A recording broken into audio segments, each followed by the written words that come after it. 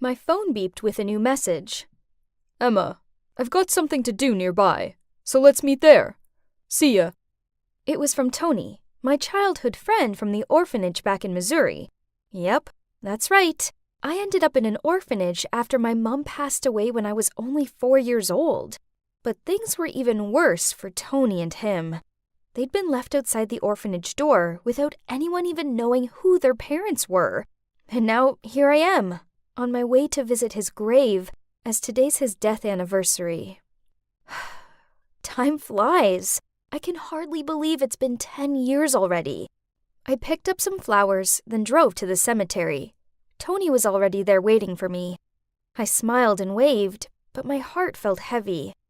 Back when we were 14, we'd been joined at the hip, Tony, Thomas, and me. I had a secret crush on Thomas, but I never got the chance to tell him. It had all happened so fast on that day. We were just kids, young and dumb. We'd snuck out to go play by the riverbank. One minute we were splashing each other in the river. The next moment, Thomas was being carried away in the current. I tried to save him, but Tony pulled me back to shore. Even thinking about it now, I still couldn't help but burst into tears. Don't cry, Em. I'll always be here for you. And I knew he would be. Deep down, I knew Tony always had feelings for me. But I didn't feel the same way. After that, Tony drove me home. Seeing my exhausted look, he said before I went inside, Get a good night's sleep, Em. Remember, we've got that interview tomorrow. Gosh, I almost forgot. Tony probably thought I was the worst employee ever. And yes, you can guess it. Tony is my boss. After years in the orphanage, he was adopted by a super smart family that had inspired him to strive to become someone important, and he'd eventually built a food startup. Anyway, the following morning, despite still feeling worn out, I had no choice but to put on a brave face to go to work, as I had a marketing team to lead. But as I walked into the lobby, a guy bumped into me. He helped me up and frantically apologized, explaining he was in a rush. I looked up and was about to nag him, but wait, why does he look so familiar? In fact, he looked exactly like... It's you! I stammered, but I couldn't even finish my sentences because he'd rushed into the lift and the doors had closed. I must have been seeing things. Honestly, throughout the whole interview, I could barely concentrate. Could there be two people looking that similar on this earth? I was lost in thought when the next applicant came in, and it was him! Both Tony and I stared in shock. He was the spitting image of Thomas. But it couldn't be. I mean, Thomas had died years ago. We both were too stunned to say anything until his voice broke the silence. Hi, I'm Dustin, and I'm here to interview for the marketing position. I looked at Tony, and he looked just as confused as I did. But, yeah, it wasn't Thomas. This guy was from Illinois and had never even been to Missouri. Okay, so here's Thomas's doppelganger. Fair enough. The interview went well, and even though he was a bit arrogant, he knew what he was doing, so we hired him. When I left the room, surprisingly, Dustin was still waiting for me outside. He offered to treat me to lunch as an apology for earlier. I agreed, as I was desperate to ask him more questions. During lunch, I kept mentioning the orphanage, some of Thomas's hobbies and things he hated, but Dustin didn't even bat an eyelid. I was disappointed, because I really hoped Dustin would actually be Thomas. That night, I barely slept. I couldn't stop thinking about Dustin. It's ridiculous, but I still had a strong feeling that he really was my childhood sweetheart. Suddenly, I got a message from Tony. Saw you hanging out with Dustin. Wake up, Em. He's not Thomas. Ugh, I didn't need to hear that. The next day, I couldn't take my eyes off of Dustin. At lunch, I watched as he put honey on his watermelon, and I almost freaked out. That was exactly what Thomas used to do. Oh my, I blurted out. I then told Tony what I just saw as soon as he sat down, but he just laughed and said, Honestly, tons of people do that. Do you really think that our Thomas could be that arrogant? Seeing that I was still unfazed, he continued. But if you still want to check, just give him a peach. Things can change, but allergies don't, right? OMG, Tony was a genius. He probably was just kidding, but I was super serious. So the next day, I bought Dustin a peach pie to welcome him to the team. But to my surprise, he ate it up with pleasure and seemed totally fine. Okay, clearly I needed to let this go. He wasn't Thomas. End of. But if only things were that simple. And even though I knew Dustin wasn't Thomas, I still felt attracted to him. He was smart and sweet, and so much fun to be around. Eventually, we started hanging out and became very close. We didn't actually make anything official, but we were low-key dating already. However, it was impossible to hide things from Tony. One time, our company went on a team bonding weekend, and we'd arranged a tennis competition. We had to pair up, so obviously I would go with Dustin, but as we're about to go sign up, then Tony came to ask me to be his partner too. My God, it was so awkward. Then Tony said in a very sulky tone, Okay, how about we have a little competition? The winner gets to pair up with Emma. And so they had a swimming race. That's so embarrassing. I knew Dustin couldn't swim, so I started to panic, but he got in the pool anyway. Obviously, Tony won, but who cares? He was acting like a child. I rushed over to help Dustin, who was left coughing and choking on the water, and at that moment, I realized that I was falling for him so much. But since then, there were rumors in the company that Dustin was only flirting with me to get promoted. One morning, we were walking through the lobby together when two girls started whispering about us. So Dustin took my hand and went straight to the girls saying, I love Emma. What's wrong with that? Tell me. Go on. At that exact moment, Tony appeared and asked if he could have a word with Dustin in his office. I was so nervous.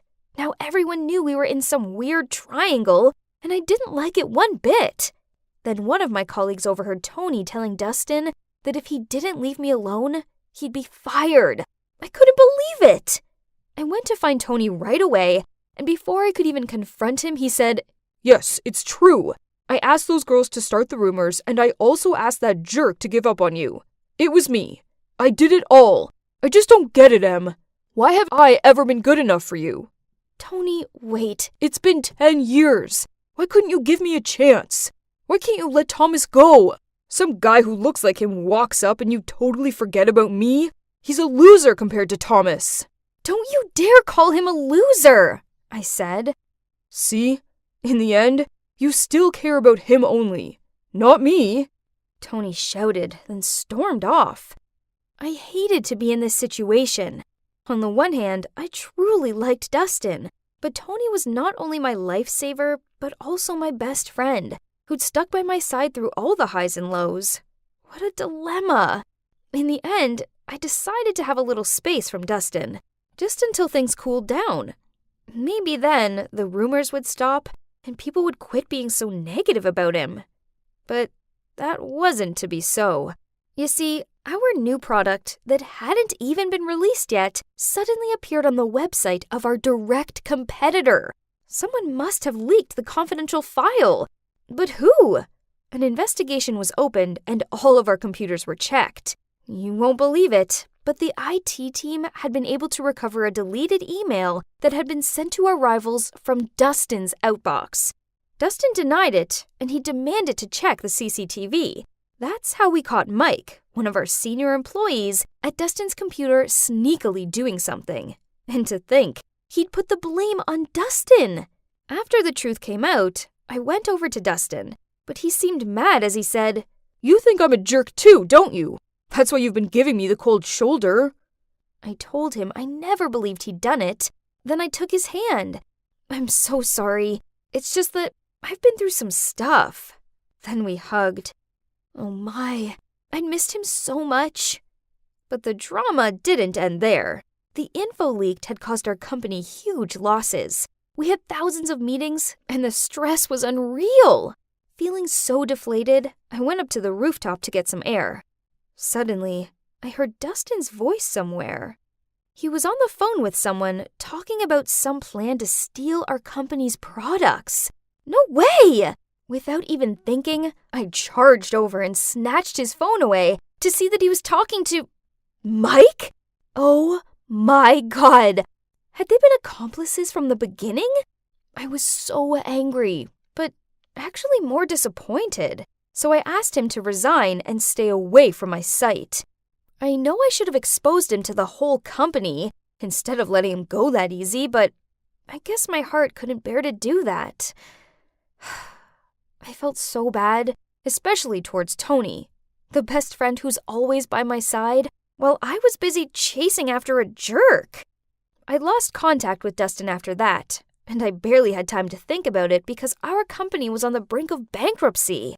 But one day, I got a call from him, followed by a message saying, "Please don't ignore me. I've got something important to tell you." So we met up the next day at a coffee shop, and as soon as I saw him, I said, "Look, Dustin, I've had enough of your lies. Please just get to the point." Then he replied, "Emma, I admit that I only came to work for your company to steal your ideas, but seeing you and Tony after all these years, and falling for you all over again, well, that wasn't part of my plan." I was confused. After all these years? What are you talking about? Then he showed me his wrist, and he was wearing a friendship bracelet. "Remember this? You gave it to me on my birthday 10 years ago." OMG. What was going on? I couldn't believe my eyes. I'd given this to Thomas. But then why? But the peach, I continued. He just laughed and said, "I overheard you guys' plan, so I made sure to take allergy meds just before." Then he went on to explain that he was Thomas, and that he'd been lucky enough to be saved that day on the river. There was a family who were out in the river searching for their drowned son, but instead of finding him, they found Thomas, and so they kindly adopted him and changed his name to their son's, Dustin. This was insane.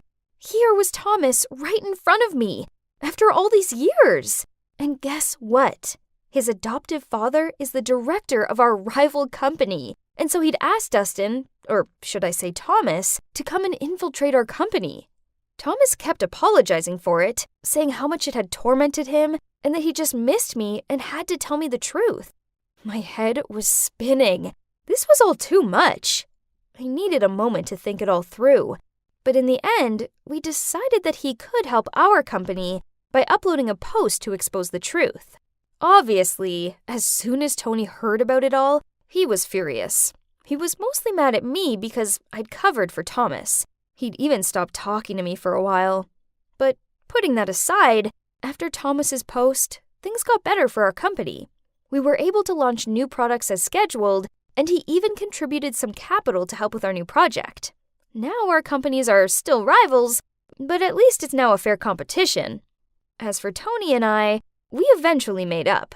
He came to find me one day after work and said, I'm so sorry for how childish I've been. I was just jealous of you and Thomas. I was too selfish to consider your feelings. But you and Thomas, I want you guys to be together. You two are made for each other." I couldn't stop crying as he said that. It meant so much to me. And guess what? It has now been a whole year since Thomas came back into our lives, and the three of us are back to being the best of friends. Oh, and I should probably add that Thomas and I are engaged. We're so happy, and we're even opening an orphanage together for homeless kids like us. I'm going through many phases, but I finally found peace in life. I guess it all worked out after all.